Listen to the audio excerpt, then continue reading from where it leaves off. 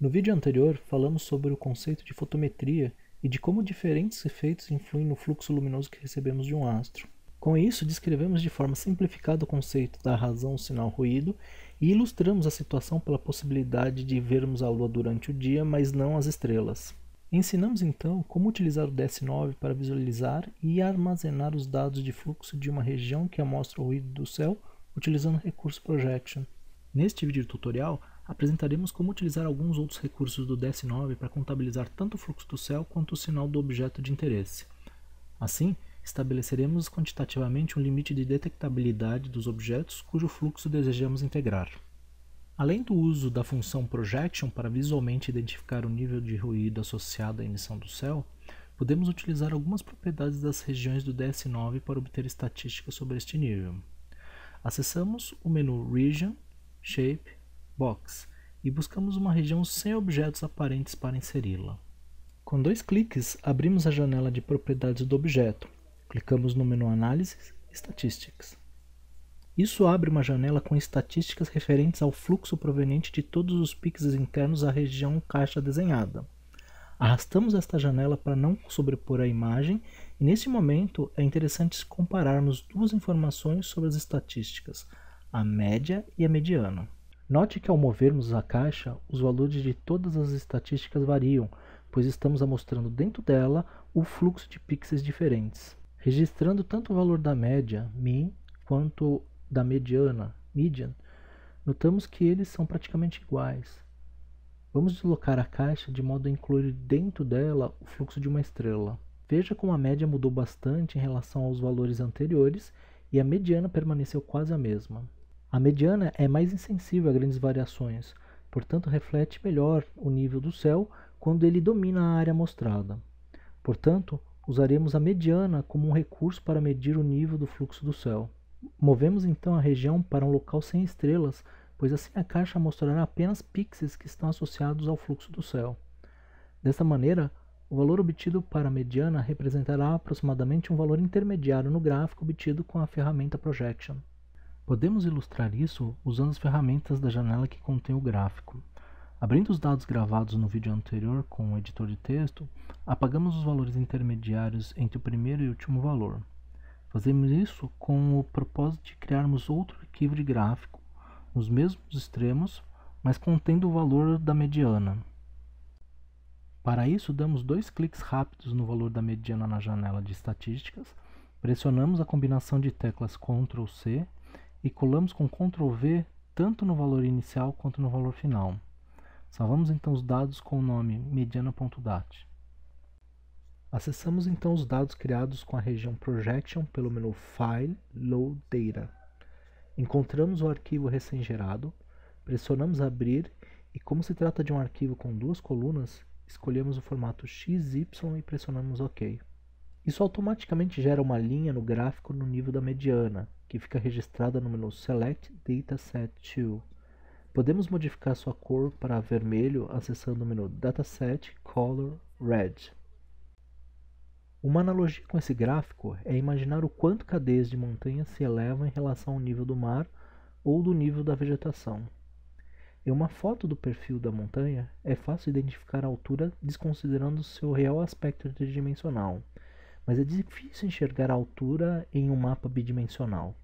Para representarmos em duas dimensões um objeto com três dimensões, utilizamos curvas de nível. Em um mapa de relevo, estas curvas são contornos em torno da montanha, delimitando regiões de mesma altura. São vistas em um mapa bidimensional nas chamadas curvas de contorno, que representam valores gradativamente maiores para as curvas cada vez mais internas. No caso de nossa imagem, o equivalente da altura é o fluxo. Desta maneira, podemos utilizar os contornos para determinarmos regiões de mesmo fluxo. Isso é feito por meio do menu Analysis, Contours. Podemos controlar os níveis de contorno pelo mesmo menu Analysis e acessando a opção Contour Parameters.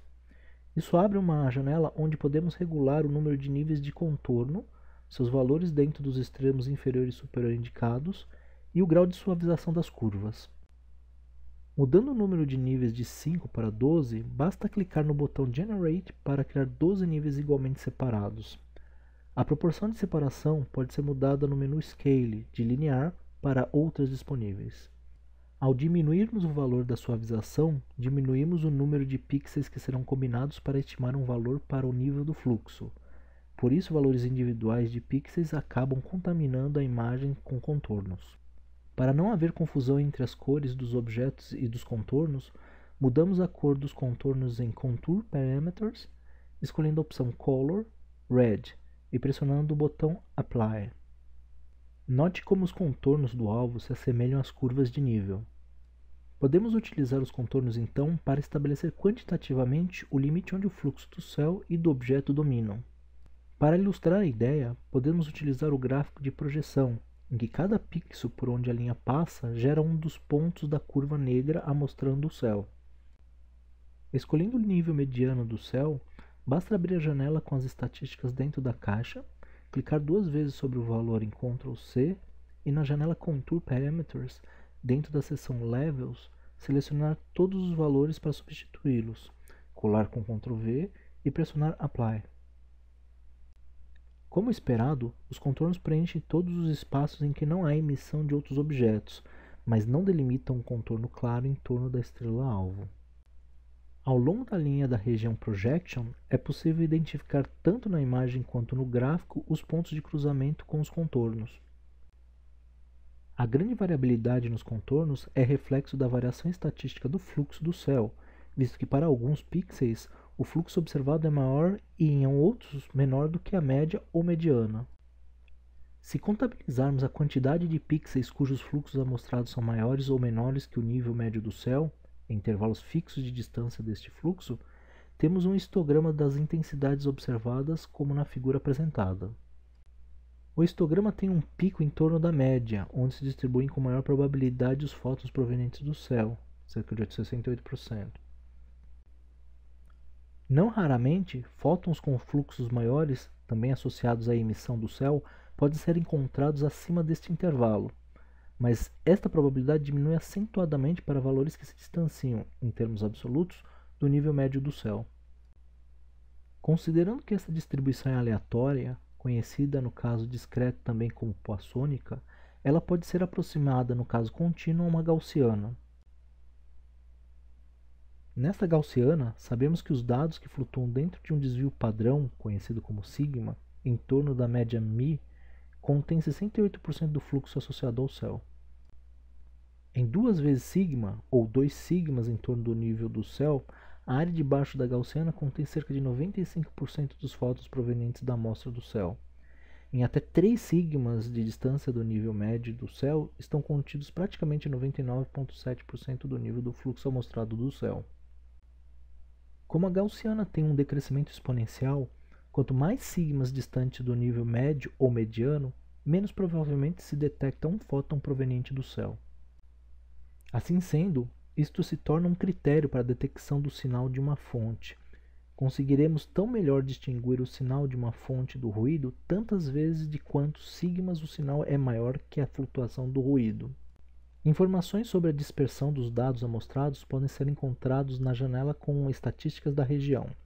Um deles é o RMS, ou desvio quadrático médio, e mais importante neste contexto, o STDEV, ou desvio padrão.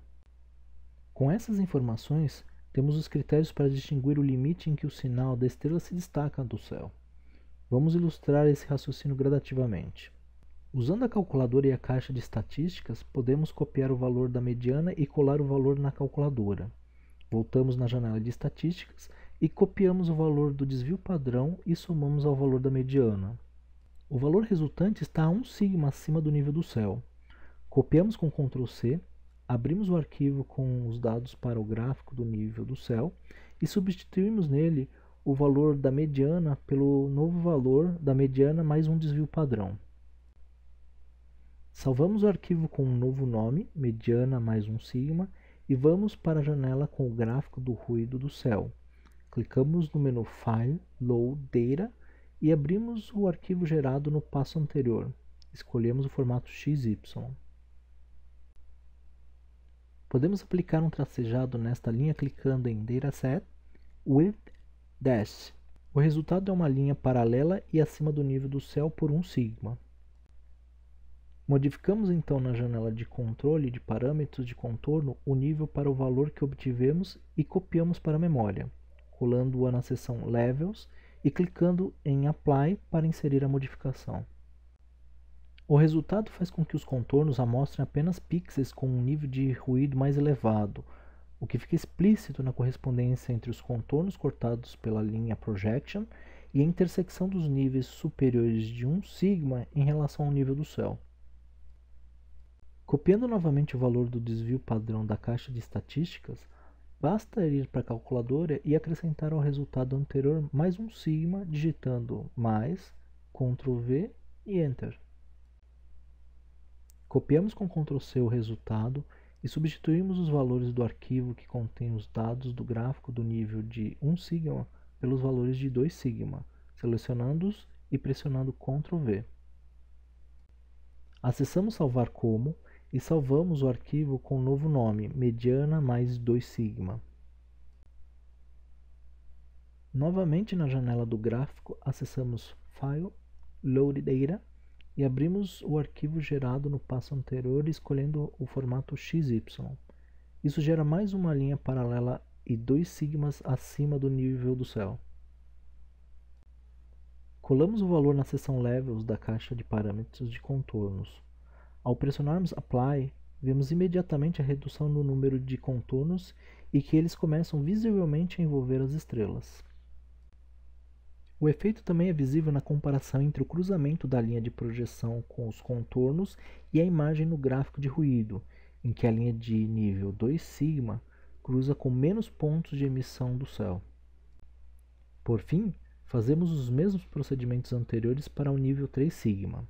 Copiamos o valor de desvio padrão na janela de estatísticas, somamos com o valor anterior registrado na calculadora para determinar o nível de 3 sigma, copiamos os valores e colamos no arquivo que gera o gráfico do nível de 2 sigma, substituindo os valores de 2 sigma pelo de 3 sigma com Ctrl V.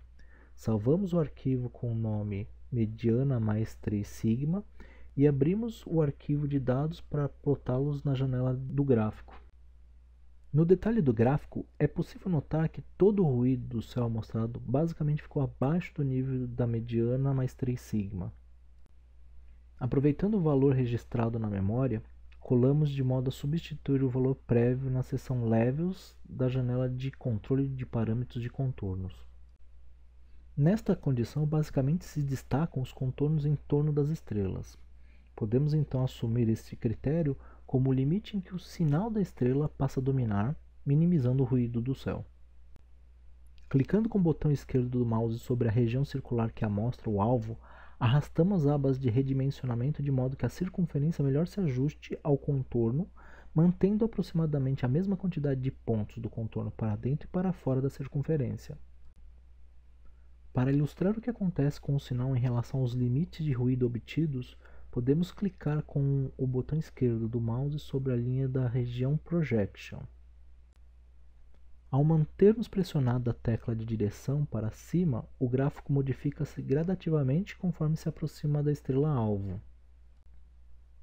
É possível ver o momento em que o sinal começa a se destacar do ruído, quando a linha da região Projection tangencia os limites do contorno, e o sinal da estrela passa a dominar até o máximo quando centramos a região sobre o centro da estrela.